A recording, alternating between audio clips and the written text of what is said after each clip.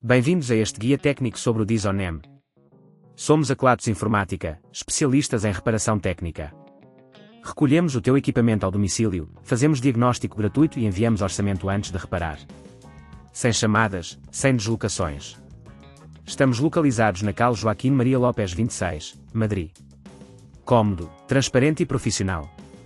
Link na descrição. Se o teu Dyson AM está a fazer um barulho estranho durante a limpeza, pode ser um sinal de que algo não está bem. Este tipo de ruído pode ocorrer devido ao desgaste de componentes internos ou acumulação de sujidade que interfere com o seu funcionamento. Se não resolveres a tempo, poderás agravar o problema e até danificar o teu equipamento permanentemente.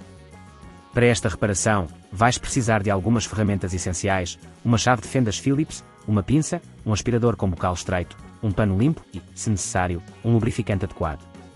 Agora, vamos ao passo a passo técnico. Primeiro, desliga o Dyson AM e remove o cabo da tomada. Com a chave de fendas Phillips, começa por soltar os parafusos na parte inferior do aparelho. Tenha cuidado ao retirar os parafusos, pois podem ser pequenos e fáceis de perder. Depois de soltar todos os parafusos, utilize a pinça para abrir cuidadosamente o equipamento, começando pela parte inferior. Neste ponto, é importante que evites forçar as peças, pois isso pode causar danos adicionais. Agora que o equipamento está aberto, verifica o motor e os componentes próximos. O barulho estranho pode estar a ser causado por um rolamento danificado ou por sujidade acumulada. Localiza o componente que parece estar a causar o problema, se necessário, remove-o com a pinça. Lembra-te de desconectar qualquer cabo que esteja ligado a este componente, tomando cuidado para não danificar os fios circundantes. Se o rolamento estiver muito sujo, utiliza o aspirador com bocal estreito para remover a sujidade acumulada. Se decidires substituir o componente, assegura-te de que o novo é compatível com o teu modelo. Ao colocar o novo componente, aplica uma pequena quantidade de lubrificante antes de o instalar. Depois, reconecta todos os cabos, certificando-te de que estão firmemente ligados.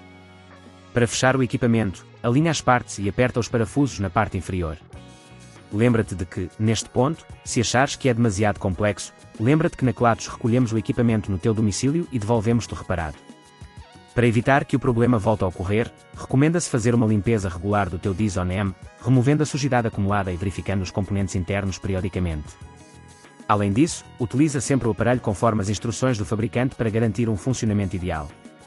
Se não queres arriscar danificar o teu equipamento, na Kelatos recolhemos, reparamos e devolvemos ao teu domicílio em todo o Portugal continental.